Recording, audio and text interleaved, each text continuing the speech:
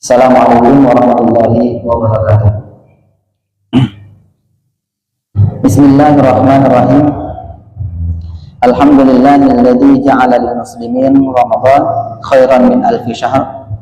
Asyhadu an la ilaha illallah wahdahu la syarika lah. Lahu sifatur rahmati wal maghfirah li'ibadihil mudimina lil istighfar. Wa asyhadu anna sayyidana Muhammadan 'abduhu wa rasuluh.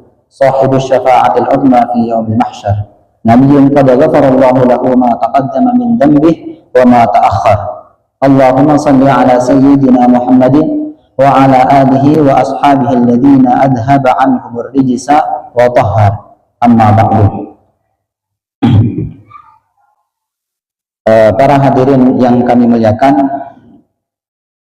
dalam pertemuan kali ini kami di sini menggantikan salah satu ustadz yang mendapatkan bagian pada sore hari ini, yakni Ustadz Min Adi.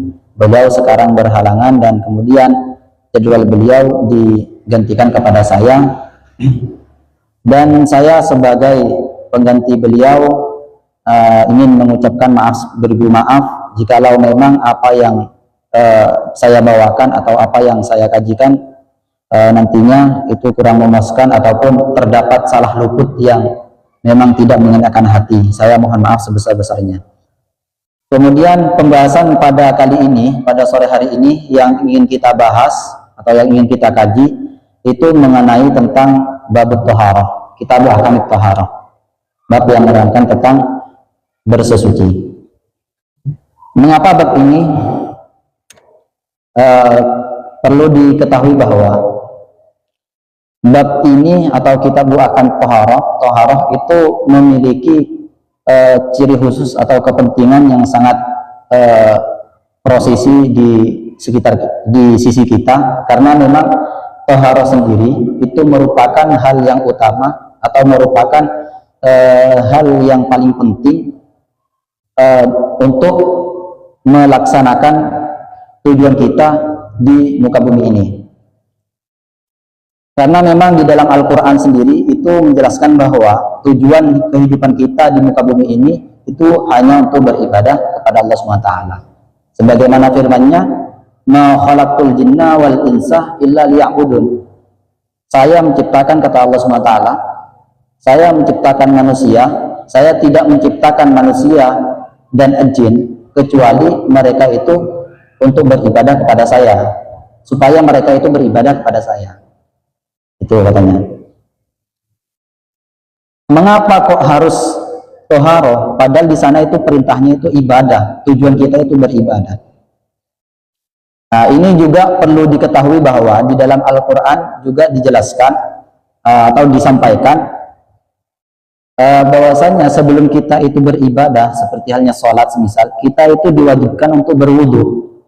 Sebagaimana firman-Nya, "Ya ayyuhalladzina amanu idza kuntum ilas salati faghsilu wujuhakum wa aydiyakum ilal marafiqi wamsahu ru'usakum wa arjulakum ilal ka'bain." Lah, dari ayat tersebut kan itu kan menjelaskan tentang wudu itu sendiri. Jadi kalau kita terjemahkan, wahai orang-orang yang beriman, ketika kalian hendak melaksanakan sholat, hendak mendirikan sholat, maka basuhlah wajah-wajah kalian dan basuhlah tangan-tangan kalian sampai ke siku-siku kalian, dan usaplah kepala kalian yang di dalam artian rambut, dan kemudian basuhlah kedua kaki kalian sampai ke mata kaki. Lah, keterangan tersebut itu lebih mengarah kepada wudhu, sehingga bisa kita artikan bahwasanya ketika kita ingin melaksanakan sholat, maka kita itu diharuskan untuk berwudhu terlebih dahulu, dan wudhu itu adalah termasuk daripada toharoh, termasuk daripada bersesuci, seperti itu. Maka dari ini kami di sini ingin membawakan kitab yang menjelaskan tentang at-toharoh. Untuk bertabarruk kepada pengarang kitabnya, saya bacakan literal kitab atau lafal-lafal kitab tersebut. Bismillahirrahmanirrahim. Qala al-musannifu rahimahullahu ta'ala wa nafa'ana bihi wa bi'ulumi fid dharain amin. Kitab ahkamit thaharati wal kitabu lugatan masdarun bi makna dhammi wal jam'i. Wastilahan ismun li jinsin minal ahkami. Ammal babu fasmun li nau'in mimma dakhala tahta dzalikal jinsi. Jadi kita buahkan taharah, kitab yang menjelaskan tentang hukum-hukum taharah. Pertama di sini itu dijelaskan mengenai kitab ini menjelaskan tentang apa yang dimaksud dengan kitab dan juga apa yang dimaksud dengan bab secara lughah dan secara istilahnya. Jadi kitab yang dimaksud dengan kitab di sini itu adalah masdar atau sumber dari berbagai ilmu, katanya di sini. Sumber bimakna dhammi yaitu sumber yang mana sumber tersebut itu diartikan dengan kata dhammi wal jam'i atau sebuah kumpulan, katanya. Kumpulan atau lembaran-lembaran kertas. Itu secara bahasa. Yang dimaksud dengan kitab itu adalah kumpulan lembaran-lembaran kertas. Wastilahan, sedangkan secara istilahnya adalah ismun li jinsin minal ahkam, nama bagi sebuah jenis atau nama bagi sebuah buku yang menjelaskan tentang hukum-hukum syariat. Itu yang dikatakan kitab. Kemudian amal babu adalah fasmun li nau'in mimma dakhala tahta dzalikal jinsi. Sedangkan bab itu adalah sebuah nama yang ada pada isi kitab-kitab tersebut. Adalah sebuah nama yang ada pada isi dari kitab yang kita pelajari atau dari lembaran kumpulan kitab. Jadi yang dimaksud dengan bab ya berarti bab-bab yang ada di bawahnya kitab atau deskripsi masalah pada sebuah jurnal atau pada sebuah skripsi. Itu yang dimaksud dengan bab. Kemudian di bawahnya bab ada juga pembahasan tentang pasal-pasal. Nah, jadi di dalam kitab itu ya terdapat bab, juga terdapat pasal-pasal. Di dalam pasal, di bawahnya pasal ada juga pembahasan tentang far'un, cabang-cabang daripada permasalahan. Nah, jadi gambaran daripada kitab itu sendiri ya seperti itu. Ada bab-bab, ada pasal-pasal, ada far'un, ada cabang-cabang. Itu yang dimaksud dengan kitab. Kemudian at-taharah masuk ke dalam pembahasan. Wat-taharatu bi fathit ta'i lugatan an-nadhafatu. Wa amma syar'an fa fiha tafasiru katsiratun.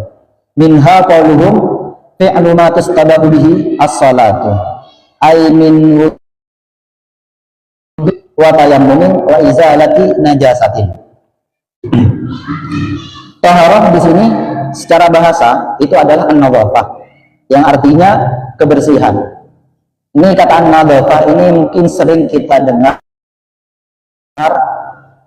di sebuah makalah ataupun hadis, katanya ada yang mengatakan hadis, yakni hadisnya tersebut atau makalahnya tersebut itu an-nadhafatu minal iman.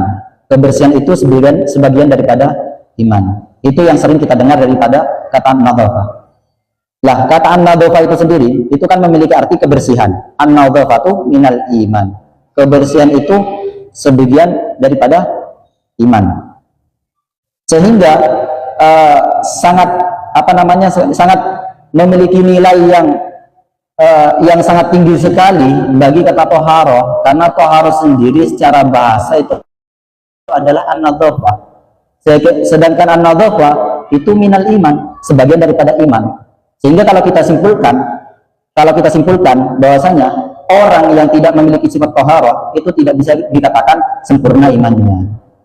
Atau jadi orang itu tidak bisa dikatakan sempurna imannya kecuali dia itu telah melaksanakan toharoh, telah melaksanakan bersesuci. Seperti itu. Lanjut lagi ke pembahasan toharoh secara syariat. Ya amma syar'an. Nah, jadi syariat juga menjelaskan, juga mengartikan definisi daripada toharoh itu sendiri. Fafiha tafasiru katsiratun. Ternyata definisi syariat di sini, definisi yang disampaikan oleh syariat, pengertian syariat mengenai tentang toharoh itu sangat bermacam-macam, banyak macamnya. Tafasiru, fafiha tafasiru katsirah. Memiliki tafsiran yang sangat banyak sekali. Wa minha qauluhum. Nah, di antaranya ada satu penjelasan di sini. Minha qauluhum. Di antaranya adalah fi'lu ma tustabahu bihi as-salatu. Yang dimaksud dengan toharoh adalah fi'lu ma tustabahu bihi as-salatu, yakni melakukan perkara yang dapat diperbolehkan untuk melakukan sholat. Jadi saya kocak toharon toh yang melakukan perkara. Jadi mantes kocak toharon melakukan perkara yang mana perkara tersebut itu dapat memperbolehkan untuk kita melaksanakan sholat. Contohnya apa? Seperti wudhu. Wudhu itu kan adalah sebuah perkara atau sebuah kegiatan yang mana dari kegiatan tersebut itu bisa untuk melakukan sholat. Kita itu bisa untuk melakukan sholat. Nah, jadi contohnya seperti wudhu, untuk toharoh. Contohnya juga diantaranya gusel. Nah, ketika kita itu memiliki hadas besar, maka harus mandi wajib. Lah, untuk termasuk fi'lu ma tustabahu bihi as-sholatu, sebuah perkara yang ketika kita lakukan, kita bisa melakukan sholat. Nah, maka untuk termasuk daripada toharoh, termasuk daripada asosotce. Jadi contohnya wudhu, mandi, tayamum ketika memang tidak ada air, dan izalatun najasatin ketika tempat yang kita gunakan ternyata itu najis, maka harus izalatun najasah, harus kita hilangkan najisnya. Nah, untuk 4 macam yang telah disebutkan barusan, yaitu wudhu, ghusl, mandi, tayamum, izalatun najasah, itu adalah macam-macam daripada toharoh. Untuk saya kocak toharoh, sekocak toharoh. Kemudian dilanjutkan lagi sama musannif, ammat tuharatu bid-dhammi fasmun li baqiyatil ma'i. Ammat tuharatu, nah, tadi ada kata tuharoh, tadi ada kata toharoh, sekarang ada kata tuharoh. Ammat tuharatu bid-dhammi, dengan menggunakan harokat pada huruf ta-nya, at-tuharoh, yang tadi toharoh dengan menggunakan fathah, sekarang at-tuharoh. Itu apa yang dimaksud dengan tuharoh? Fasmun li baqiyatil ma'i, yaitu adalah nama bagi sisa-sisa air. Jadi kata toharoh ini adalah nama bagi sisa-sisa air. Nah, sehingga perlu diingat dalam konteks kitab yang kita pelajari sekarang ini, itu ada 2 kata yang sama-sama tulisannya tapi berbeda makna karena ada indikasi bedanya harokat, yakni harokat fathah sama harokat dhammah. Yang pertama itu katanya toharoh, yang kedua itu tuharoh. Kalau toharoh engkau wudhu, mandi, tayamum, dan menghilangkan najis, sedangkan tuharoh engkau nama bagi sisa-sisa air. Lah terus nama bagi sisa-sisa air untuk nape? Nah, kesimpulannya untuk kata tersebut, kata tuharoh, itu seperti ketika kita itu berwudhu menggunakan ceret, semisal kita berwudhu, kemudian selesai berwudhu, ternyata di dalam ceret itu terdapat sisa-sisa air dari wudhu kita. Lah sisa-sisa air tersebut itu bisa dinamakan tuharoh. Lah untuk berbeda makna antara tuharoh sama toharoh. Kalau toharoh untuk wudhu'na, sedangkan tuharoh untuk sisa-sisana aing se ekun aki oleh kita semua. Nah, sehingga secara tidak langsung pengarang kitab ini atau mu'alif kitab ini menghimbau kepada kita untuk supaya teliti mengenai mengartikan kepada lafaz-lafaz yang ada di dalam kitab-kitab gitu. Jadi harus teliti. Bukan hanya lafaz-lafaz yang ada pada kitab-kitab, tapi bahasa yang kita serap di keseharian kita, bahasa-bahasa keseharian kita. Kita itu harus memahami secara mengakar gitu. Harus kita pahami sampai ke akar-akarnya. Karena memang kalau andaikan kita memahaminya dengan pemahaman yang salah, maka nanti akan menimbulkan kesimpulan yang salah juga, menimbulkan natijah yang salah juga. Contoh kecilnya semisal,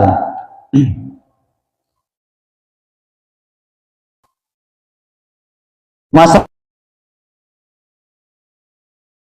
Bawean, itu motorcycle katanya. Sepeda motor, kalau kita bahasakan ke bahasa Bawean, itu artinya Honda. Ya penoring kebiang itu Honda.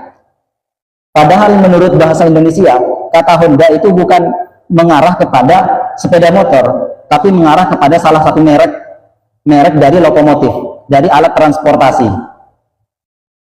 Sehingga ini akan menjadi lucu ketika orang Bawean itu pergi ke sebuah dealer dan membeli Honda katanya, membeli Honda tapi mereknya Yamaha gitu. Bermerek Yamaha.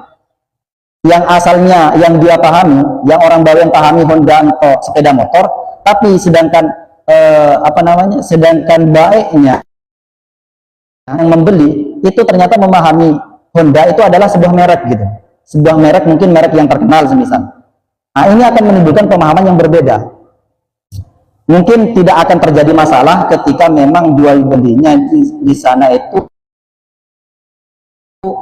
mar'iyun anhu, atau saling sama di majlisil akdi, di majelis akadnya itu memang sama-sama melihat antara dua belah pihak, yakni antara mustari sama ba'i, antara pembeli sama penjual. Mungkin kalau andaikan di sana itu sama-sama melihat, tidak akan timbul masalah. Tapi masalahnya itu di mana? Yakni ketika pembeli tersebut itu membeli dengan cara akad salam, atau dengan cara bai'un mausufun fid dhimmah, dengan cara pemesanan semisal. Sekarang ini kan lumrahnya jual beli online semisal, jual beli online, atau nitip ke kancana semisal, nitip ke kancana. Di sana letak permasalahannya kalau andaikan barang yang akan kita beli itu ternyata kita memahaminya itu dengan pemahaman yang salah, itu letak masalahnya itu ada di sana. Misal kita itu punya teman, tolong belikan saya Honda, terus temannya itu berpemahaman bahwasanya Honda, berarti Honda yang sekarang ini berarti Honda yang sedang viral.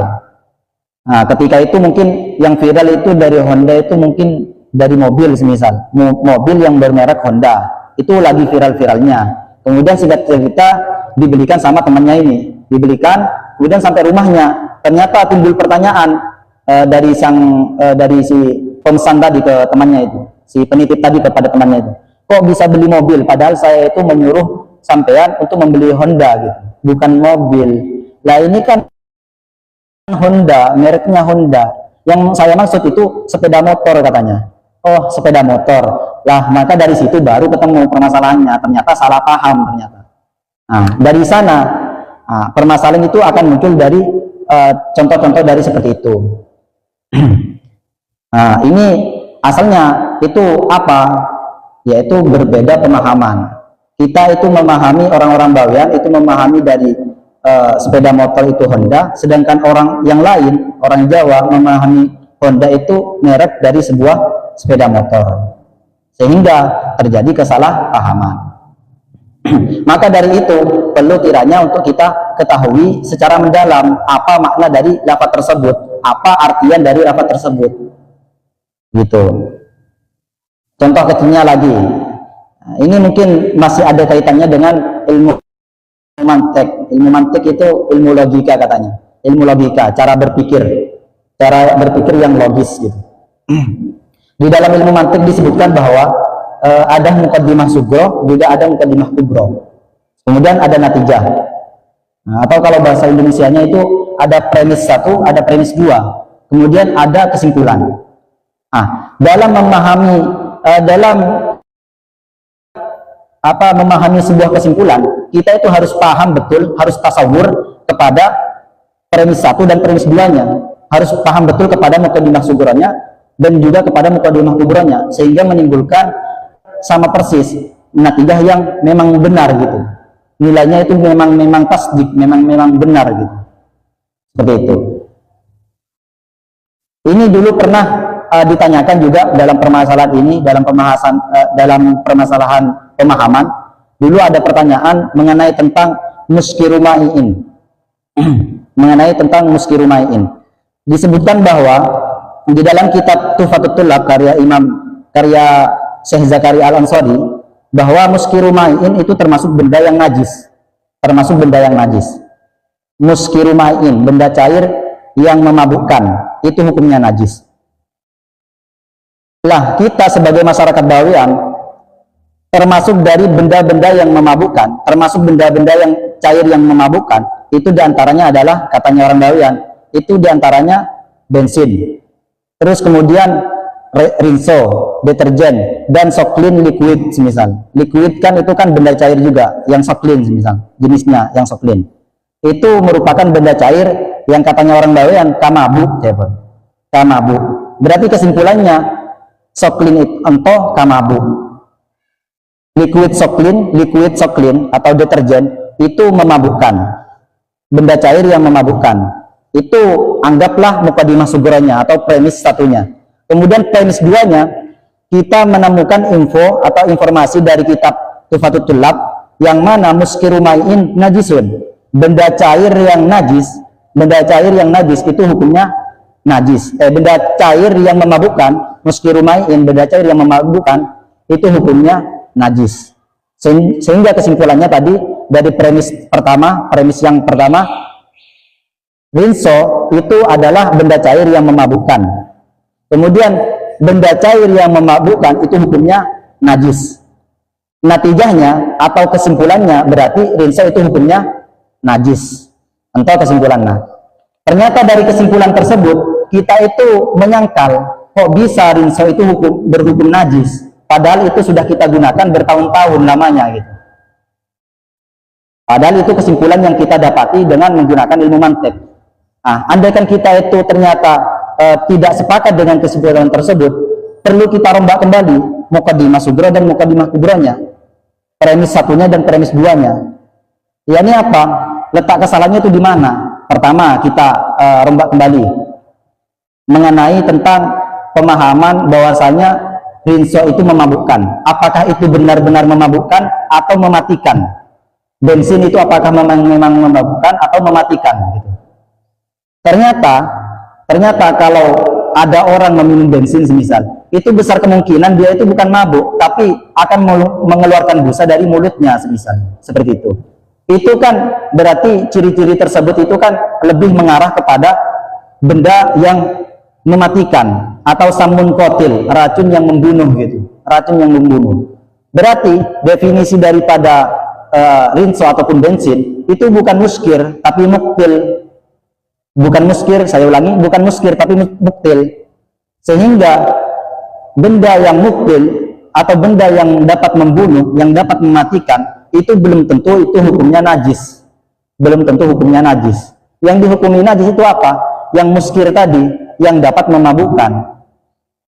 Nah, contohnya seperti homer. Ketika kita minum, akal kita itu yang asalnya itu waras menjadi tidak waras. Asal kata-kata yang akan kita sampaikan itu pertamanya itu tersusun rapi atau dapat kita pahami dengan pemahaman yang waras. Ternyata ketika kita itu minum homer, ternyata kata-kata yang kita timbulkan, yang kita sampaikan, ternyata itu berbeda dengan apa yang kita maksud gitu di dalam hati kita. Itu contohnya itu seperti halnya salah satu sahabat ketika telah meminum khamr, kemudian dia itu melaksanakan sholat dan bertepatan surat yang dibacakan itu surat Al-Kafirun, sehingga di sana itu berbulat-bulat bacaannya itu apulet ya pembahasan, atau bahkan di sana itu menimbulkan pemahaman yang berbeda. Atau kalau di sawinya itu dijelaskan na'budu ma ta'budun katanya, wa nahnu na'budu ma ta'budun, dan saya akan menyembah apa yang kalian sembah kepada orang-orang kafir. Itu kan menimbulkan pemahaman yang sangat vital di dalam pondasi akidah kita gitu, di dalam Islam gitu. Sehingga kalau itu ditasdik atau dipercayai dari kata-kata tersebut, itu dapat menimbulkan kekafiran kepada kita semua. Sehingga yang asalnya itu penyakitnya itu cuman mabuk saja, cuman muskir saja, ternyata karena menimbulkan perkara lain, yaitu membaca surat dengan pemahaman yang salah, itu menimbulkan kekafiran. Na'udzubillah min dzalik. Seperti itu. Nah, jadi kesimpulannya tadi mengenai pertanyaan yang dulu pernah ditanyakan mengenai muskiru mai'in, itu dia hukumnya tetap najis. Benda cair yang memabukkan itu hukumnya tetap najis, tapi bukan berarti bensin ataupun rinso itu dihukumi memabukkan. Tapi bisa jadi dihukumi mematikan, bukan memabukkan, seperti itu. Bisa dipahami? Kemudian walam makan alma alatan litahara istatrada al-musannifu li anwa ilmiyahi faqala. Nah, kemudian lanjutan pembahasannya di sini membahas tentang alat taharah, alat yang bisa digunakan untuk asusuce. Menurut kitab tahrirnya, menurut kitab tahrirnya di sana disebutkan ada 4 benda, ada 4 macam yang ada 4 alat yang bisa kita gunakan untuk bersesuci. Yang pertama itu yakni air. Yang pertama itu air. Yang kedua itu turab, yakni debu. Yang ketiga itu dabik, sama. Yang keempat, yang terakhir itu takhallul, fermentasi. Di sini yang pertama, menurut kitab tahrimnya, di sini itu penggunaan toharohnya, penggunaan bersesucinya itu mengarah kepada hadas dan najis. Jadi untuk menghilangkan hadas dan najis itu ya harus menggunakan air gitu, harus menggunakan air sih. Kemudian yang kedua turab. Turab di sini penggunaannya itu kapan? Ketika tidak adanya air. Sama fungsinya, tetap digunakan untuk menghilangkan hadas sama najis, tapi cuman menggantikan air gitu. Itu turab atau debu. Kemudian yang ketiga itu dabik, samak. Samak itu biasanya digunakan untuk menghilangkan najis yang terdapat pada kulitnya hewan yang disembelih tanpa menyebut nama Allah, atau bisa kita artikan dengan bangkai. Jadi bangkai itu bukan berarti kita itu harus membuangnya secara mutlak gitu. Rasulullah pernah memerintahkan kita ketika ada sebuah bangkai dari domba, itu jangan untuk kita buang secara keseluruhan, tapi bisa kita gunakan dari kulitnya gitu, dari kulit hewan tersebut. Bisa kita gunakan dengan cara apa? Dengan cara disamak dulu, disamak terlebih dahulu sehingga kulit tersebut itu menjadi suci. Terus boleh kita gunakan. Itu dabik. Kemudian takhallul, fermentasi. Fermentasi di sini itu biasanya digunakan untuk mengubah sifat khamr yang memabukkan menjadi sifat cuka, menjadi cuka yang tidak memabukkan. Itu fermentasi. Untuk saya kocak alat-alat yang bisa digunakan untuk asosoce. Beda 44 cepon kitab tahrirnya. Pertama aing, kedua ento debu, ketiga ento samak, keempat yang terakhir ento fermentasi. Kemudian air katanya musannif di sini wal miyahu allati yajuzu at-tathhir biha sab'u miyahin. Air yang pertama tadi, air yang bisa digunakan untuk bersesuci itu ada 7 macam air. Ada 7 macam air. Berarti ada air yang tidak bisa kita gunakan untuk bersesuci. Contohnya aing ingat nape.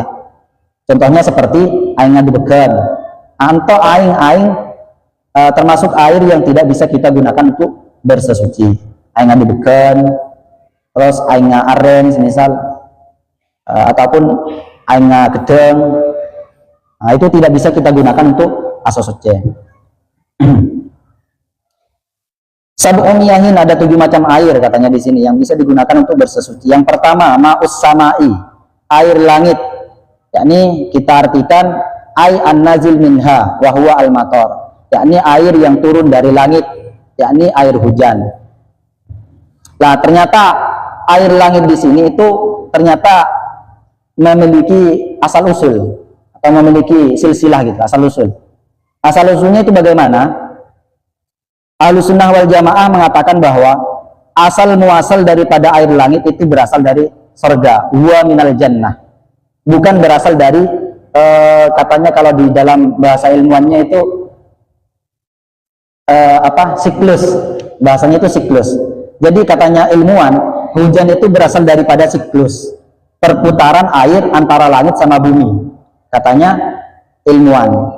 Ini mungkin kalau dijelaskan itu air laut itu menguap disebabkan oleh panasnya matahari, kemudian karena uapan tersebut air itu naik ke atas dan ditampung oleh awan, gumpalan awan.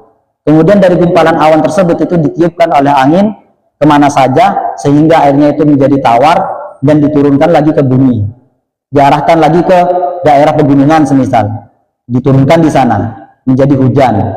Kemudian dari hujan tersebut itu turun ke bumi, dari bumi diarahkan lagi ke laut melalui sungai-sungai, dari laut lagi diangkat lagi ke atas, naik lagi ke atas, ditampung oleh awan, dari awan dikembalikan lagi ke bumi.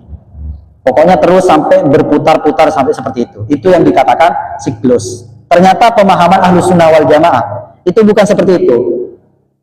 Katanya Ahlussunnah wal Jamaah, air hujan itu berasal dari sorga katanya. Itu berangkat dari surat Al-Baqarahnya juz 1 yang berbunyi huwallazi ja'ala lakumul arda firasha was samaa'a binaa'a wa anzala minas samaa'i maa'a. Dan Allah menurunkan minas sama'i dari langit ma'a, air. Nah, ternyata di sana itu tafsirannya airnya tersebut itu minal jannah, berasal dari surga katanya. Ini saya bacakan saja. Qauluhu minas sama'i ma'a huwa minal jannah fayanzilu bimiqdarin ala sahabi wa huwa kal garbali thumma yusaku haitsu Allah ala mukhtari ahli sunnah. Nah, ini menurut pemahamannya Ahlussunnah wal Jamaah, air hujan itu berasal dari surga, yang mana air tersebut itu turun dari surga kemudian ditampung oleh gumpalan awan, dan gumpalan awan tersebut itu diibaratkan sebagaimana saringan, saring-saring. Tapi saring-saring itu bukan berarti saring-saring yang kita miliki. Saring-saringnya itu ya saring-saringnya Gusti Allah yang berupa awan, sehingga hasilnya itu sangat baik sekali gitu. Kadar airnya itu tertata rapi, tetesan-tetesannya itu sangat memiliki kadar tertentu gitu. Itu saring-saringannya Gusti Allah. Beda halnya kalau saring-saringnya kita. Kalau saring-saringnya kita itu ketika kita tampungkan sebuah air di atasnya, maka air tersebut itu akan merembes secara spontan gitu, sehingga terjunnya itu secara keseluruhan. Beda halnya kalau saringnya Gusti Allah. Nah, andaikan saringnya Gusti Allah atau disamakan dengan saring-saringnya kita, maka bukan hujan yang turun, tapi fenomena alam atau bencana alam gitu. Setoran dari atas itu bukan hujan, tapi fenomena alam. Air langsung turun secara spontan. Bukan rahmat lagi, tapi bencana, nikmah. Seperti itu. Wa huwa kal garbal katanya, disamakan dengan saring-saring. Summa yusaku haitsu Allah, kemudian diarahkan oleh Allah Subhanahu wa taala kemanapun yang Allah kehendaki. Misal diarahkan ke bumi, diturunkan di daerah pegunungan, semisal di daerah Bawean yang bagian pegunungan, diturunkan di sana berarti. Dan perlu diingat, asal air tersebut itu bukan berasal dari bumi, tapi berasal dari surga. Beda halnya yang pemahaman siklus tadi ternyata itu memiliki kesamaan dengan pemahamannya Mu'tazilah. Nah, sedangkan Mu'tazilah tersendiri yang kita kenal itu adalah sekte yang menyimpang, sekte agama Islam yang menyimpang gitu. Sekte agama Islam yang menyimpang itu Mu'tazilah diantaranya. Nah, katanya Mu'tazilah ini bagaimana? Inna sahaba lahu kharatim, bahwasanya gumpalan awan itu memiliki kharatim, memiliki tampungan-tampungan atau tandon bahasanya. Tampungan-tampungan, tandon. Lahu kharatim kal ibli, sebagaimana unta. Unta itu kan memiliki tandon juga, memiliki punuk. Katanya di dalam punuknya itu mengandung air katanya. Beberapa liter air gitu, sehingga dia itu dapat berkembang biak di daerah yang panas beberapa hari tanpa minum, katanya unta itu. Jadi kalau Mu'tazilah mengartikan sahab, mengartikan gumpalan awan itu mendung, itu disamakan seperti halnya unta katanya, punuknya unta yang memiliki tandon-tandon. Fayanzilu yasrabu minal bahri al-malih, yang mana awan tersebut itu turun merendah ke daerah mungkin daerah yang mungkin terendahnya awan. Kemudian yasrabu minal bahari, dia itu meminum air dari laut al-malihi yang rasanya itu asin. Jadi awan itu cepon Mu'tazilah minum air ngatase saya rasa asin, saya rasa nampu asin. Itu cepon Mu'tazilah, bahasanya Mu'tazilah. Tapi kalau dibahasakan ilmiah, di bahasa ilmiahnya itu di sana itu mengatakan bahwa air laut itu dipanaskan oleh matahari sehingga menguap. Dari uapan tersebut itu dinaikkan lagi ke atas sehingga ditampung oleh awan. Ini kan memiliki kesamaan gitu, memiliki kesamaan, ditampung oleh awan katanya. Pokoknya asal muasalnya itu dari laut katanya. Haitsu summa yusaku haitsu Allah minal bahri al malih bimikdarin wa yartafi'u fil jawi, yaitu meminum air dari laut yang rasanya asin dengan kadar-kadar tertentu, wa yartafi'u fil jawi, kemudian diangkat lagi ke langit. Diangkat lagi ke langit-langit.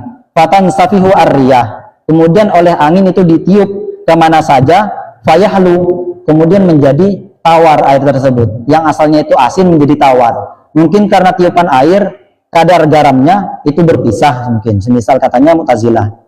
Kadar garamnya itu berpisah sehingga air tersebut itu yang asalnya itu asin menjadi yahlu, fayahlu, menjadi tawar, menjadi segar. Summa yusaku haitsu Allah. Kemudian diarahkan kemana saja yang Allah kehendaki, diturunkanlah ke bumi gitu. Katanya Mu'tazilah. Sehingga pemahamannya Mu'tazilah di sini kalau kita simpulkan itu sama persis dengan pemahaman yang disampaikan oleh ilmuwan yang mengatakan bahwasanya hujan itu memiliki siklus perputaran air antara bumi sama antara langit sama laut katanya, antara langit sama bumi gitu. Katanya seperti itu. Nah, karena ini pemahamannya Mu'tazilah, sehingga pemahaman tersebut itu ya tidak benar gitu. Tidak benar. Yang benar itu pemahamannya Ahlussunnah wal Jamaah yang mengatakan bahwasanya air hujan itu berasal dari sorga, dari sorga. Kalau andaikan ada yang meneliti, tapi kesimpulannya itu mengarah kepada siklus, bisa disimpulkan menurut Islam itu kesimpulan yang salah atau penelitian yang salah, karena yang benar itu adalah air itu berasal dari surga. Ki bermah. Yang apa? Pertanyaannya? Nate? Oke.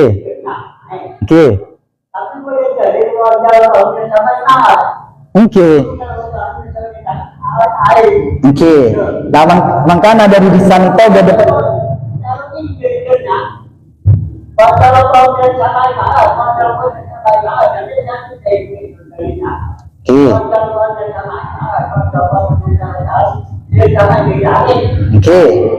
Maka nanti mengenai memahami Al-Quran, kita itu tidak bisa memahami Al-Quran secara pemahaman kita gitu. Kita butuh tafsiran-tafsiran.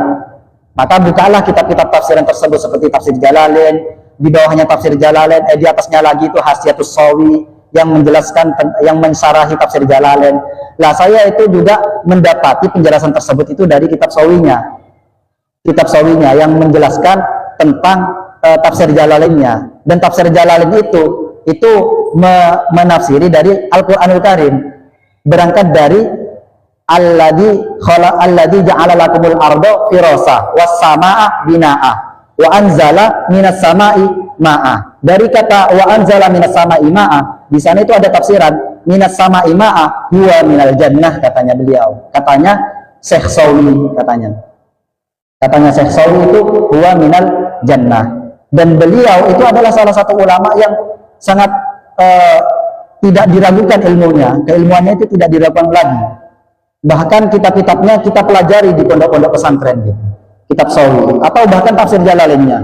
Tafsir Jalalainnya itu mungkin kebanyakan seluruh pondok itu banyak yang mempelajarinya seperti itu. Nah, seperti itu. Sedangkan ilmuwan yang mengatakan bahwasanya hujan itu memiliki siklus, itu mereka hanya bertendensi dengan dengan penelitiannya mereka sendiri, dengan eksperimennya, penelitiannya. Sedangkan penelitian yang mereka teliti itu bisa jadi salah karena mereka itu tidak memiliki informasi yang mutlak, informasi dari Sang Pencipta. Kita memiliki Sang Pencipta, yaitu Allah Subhanahu wa taala, dan Allah Subhanahu wa taala memberikan informasi dengan menggunakan Al-Qur'an. Al-Qur'an kita terima, kemudian Al-Qur'an itu disaring oleh kita pahami secara mendalam, ternyata menyimpulkan bahwasanya air yang berasal dari langit itu berasal dari sorga, seperti itu. Nah, ini ada lanjutan ceritanya. Ini selanjutnya itu ada ma'ul bahri wa ma'un nahri. Ma'ul bahri sama ma'un nahri atau air laut sama air sungai itu memiliki asal usul juga. Asalnya itu berangkat dari kisahnya Nabi Nuh. Ini kan air laut sama air sungai ini termasuk daripada salah satu dari air yang bisa digunakan untuk bersesuci. Itu berangkat dari banjir, dari kisahnya Nabi Nuh yang familiar dengan banjir bahnya. Ini berangkat dari Farat Tanur, dari surat Hud ayat 40-nya. Wa Farat Tanur. Nah, di sana itu ada ayat seperti itu. Ketika tanur itu memancarkan airnya, kemudian dilanjutkan oleh langit sama bumi. Jadi langit itu menurunkan airnya, bumi juga mengeluarkan airnya, sehingga terjadilah banjir bandang atau banjir bah yang menyelimuti muka bumi ini secara keseluruhan. Ada yang mengatakan sebagian saja. Ada yang mengatakan sebagian saja. Singkat cerita, sehingga setelah bumi itu sudah terendam oleh air laut, orang-orang yang zalim juga ikut tenggelam di sana. Singkat cerita itu ada dialog antara Allah SWT dan bumi di ayat 44-nya, yakni yang berbunyi wakilah ya aradu balai ma'aki wa ya sama'u aqli'i wa ghidal ma'. Terus kemudian ila angkol al-ayah wastawat alal judi. Farauna Nabi Nuh ento astawat atau berlabuh di gunung Judi. Ento akhirnya. Nah, di sana itu ada dokumentasi atau ada dialog antara Allah SWT dengan bumi setelah terjadinya banjir tersebut. Wahai bumi, telanlah air yang berasal darimu, katanya Allah SWT. Wakila ya ardu ibla'i ma'aki, katanya. Telanlah airmu. Berarti air banjirnya Nabi Nuh itu juga berasal dari bumi. Yang berasal dari bumi itu disuruh telan. Berarti ya disuruh telan. Nah, di sini disebutkan wakila ya ardu ibla'i ma'aki. Alladzina ba'aminkah, yang muncul darimu, yang bersumber darimu. Fasarobathu, kemudian bumi meminumnya, menelannya. Dunama nazala minas sama'i, bukan menelan air yang berasal dari langit, bukan menelan air yang berasal dari langit. Nah, kemudian yang langit itu beda juga. Allah juga mengatakan kepada langit, wa ya sama'u aqli'i, wahai langit, aqli'i, berhentilah kamu menurunkan air, katanya. Di sana itu indikasinya itu disuruh berhenti sama Allah SWT. Kemudian langit itu memberhentikan airnya, sehingga fasara anharan wa biharan. Air-air yang telah diturunkan oleh langit itu kan tidak bisa diserap lagi oleh bumi, karena bumi itu diperintahkan untuk menelan airnya saja, bukan yang berasal dari langit. Nah, sehingga air-air yang berasal dari langit itu menggenang di muka bumi ini, fasara anharan wa biharan, sehingga menjadi lautan-lautan dan sungai-sungai dari sana. Nah, dari bekasnya hujan, dari bekasnya hujan, sehingga tadi katanya air langit itu ya berasal dari sorga. Nah, ini mungkin juga laut itu juga berasal dari sorga juga, karena memang asalnya itu dari sama, minas sama'i. Dan juga di sawinya dijelaskan bahwasanya huwa minal jannah, dan itu berasal dari surga.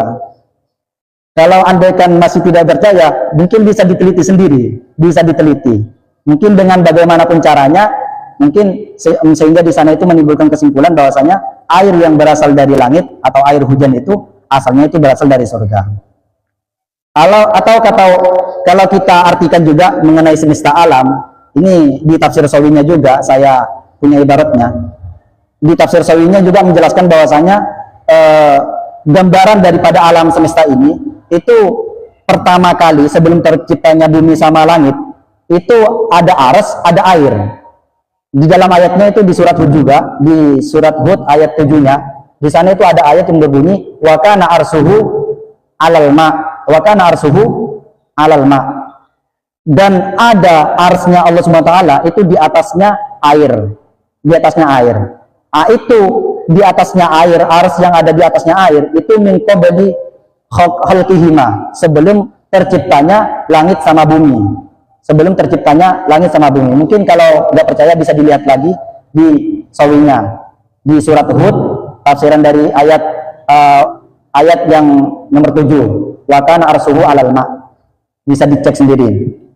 Nah, di sana itu digambarkan bahwasanya ars itu ada di atas air. Setelah terciptanya bumi sama langit, kemudian bumi sama langit itu menempati di antara mereka, di antara ars sama air. Jadi asal muasal materi yang ada di muka bumi, di alam semesta ini adalah ars sama air, gitu.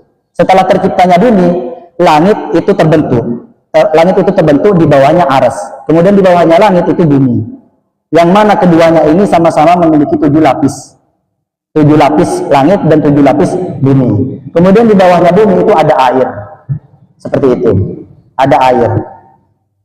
Nah, kemudian surga juga memiliki air.